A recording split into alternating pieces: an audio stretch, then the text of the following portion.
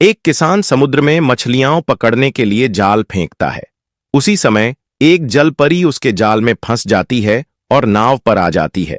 जलपरी किसान को बताती है कि उसकी जान को समुद्र में खतरा है, तो किसान जलपरी को नाव में लेकर किनारे की तरफ आने लगता है।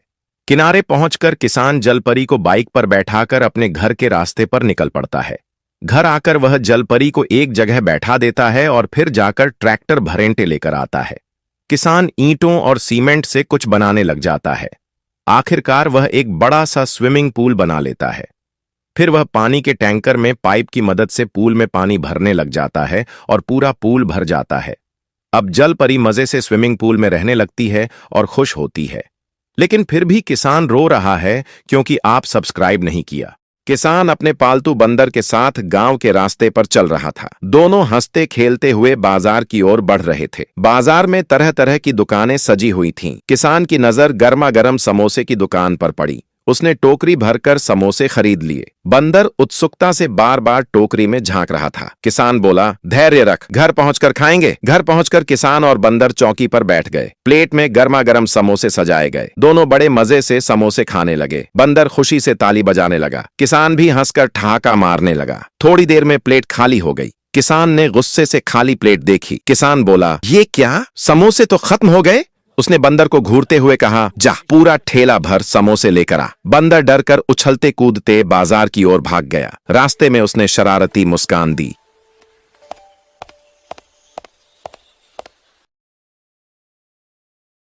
सुबह का समय था। खेत की मिट्टी पर थका हारा किसान बैठा हुआ था। उसके चेहरे पर गहरी उदासी और आंखों में आंसू थे। साल भर की मेहनत, पसीना और दिन रात की तपस्या सब बेकार हो गई थी। इस बार उसकी फसल नहीं हुई थी। किसान मिट्टी को हाथों में भरकर देख रहा था और आंसू उसकी आंखों से बहते हुए उसी मिट्टी में गिर रहे थे। तभी पास की डाल पर बैठा एक हरा तोता अचानक बोल उठा, किसान किसान। किसान चौंका, लेकिन अगले ही पल उसकी आंखों से और भी आंसू बहने लगे। उसने सोचा, ये तोता भी मेरी तकलीफ समझता है। इंसान तो दूर हो गए। तोता धीरे से उड़कर किसान के कंधे पर आ बैठा। अपनी छोटी सी चोंच से उसने किसान के गाल को हल्के से छुआ, जैसे उसे दिलासा दे रहा हो। मन ही मन सोचा, जब सारे साथ छोड़ जाते हैं तब प्रकृति ही हमें संभालती है। आखिरकार किसान ने तोते को अपने हाथ पर बिठा लिया। उसकी आंखों से आंसू गिरकर मिट्टी में मिल गए। उसने आसमान की ओर देखा और उसके होंठों से धीमी आवाज निकली, किसान रो सकता है मगर टूट नहीं सकता। फिर किसान रोने लगता है क्योंकि किसी ने लाइक सब्सक्राइब नहीं किया। गहरे समंदर में, जहां सूरज की रोशनी भी मुश्किल से पहुंचती है, वहीं रहती थी एक रहस्यमयी जलपरी। उसकी आंखों में समंदर जैसा नीला जादू था और उसकी आवाज सुनकर कोई भी इंसान मोहित हो जाता। एक दिन वह किनारे के पास आ गई और उसने पहली बार एक इंसान को देखा, एक नौजवान मछुआरा। जलपरी ने उसे डूबने से बचाया, लेकिन इंसान ने जब होश खोले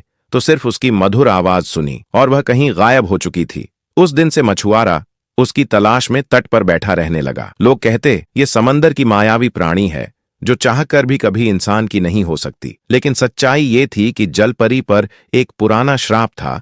अगर उसने इंसान से सच्चा प्यार किया तो उसका जीवन खत्म हो जाएगा। फिर भी वह हर रात चांदनी में तट पर आती, उसकी परछाई देखती और गाने गाती। धीरे धीरे इंसान उसकी आवाज पहचान गया। क्या मछुआरे का प्यार इतना मजबूत होगा कि जलपरी का श्राप टूट जाए, या फिर समंदर उसे हमेशा के लिए अपने अंधेरे रहस्यों में समा लेगा? एक लड़की हवा में उड़ते जहाज की खिड़की से बाहर देख रही थी। उसके हाथ में एक लाल चमकदार सेब था। हवा का झोंका लगा और सेब उसके हाथ से फिसलकर नीचे रेगिस्तान में गिर गया। रेत का इलाका चारों ओर सूखा, बस तेज धूप। सेब धीरे धीरे लुढ़कता हुआ एक छोटे से गड्ढे में रुक गया, जहां रेत थोड़ी नम थी। रात हुई, ठंडी हवा चली। नमी से सेब की सतह फटने लगी और अंदर का बीज जीवित हो उठा। कुछ दिनों बाद रेत के बीचों बीच एक छोटा सा अंकुर फूटता है। एक रेगिस्तानी लोमड़ी रोज उस अंकुर को देखती है। एक दिन वह दूर की झील से अपने मुंह में थोड़ा पानी लाती है और पौधे पर डाल देती है। धीरे धीरे अंकुर बढ़कर एक मजबूत सेब का पेड़ बनता है। साल बीता और पेड़ पर पहला लाल सेब उगता है। लोमड़ी उसे नहीं खाती, वह इंतजार करती है। एक दिन वही जहाज फिर उस रेगिस्तान के ऊपर से गुजरता है। लड़की नीचे देखती है, रेगिस्तान में एक अकेला हरा पेड़ और उस पर लाल चमकता सेब। ये सब देखकर लड़की रोने लगी। फिर किसी ने लाइक सब्सक्राइब नहीं किया।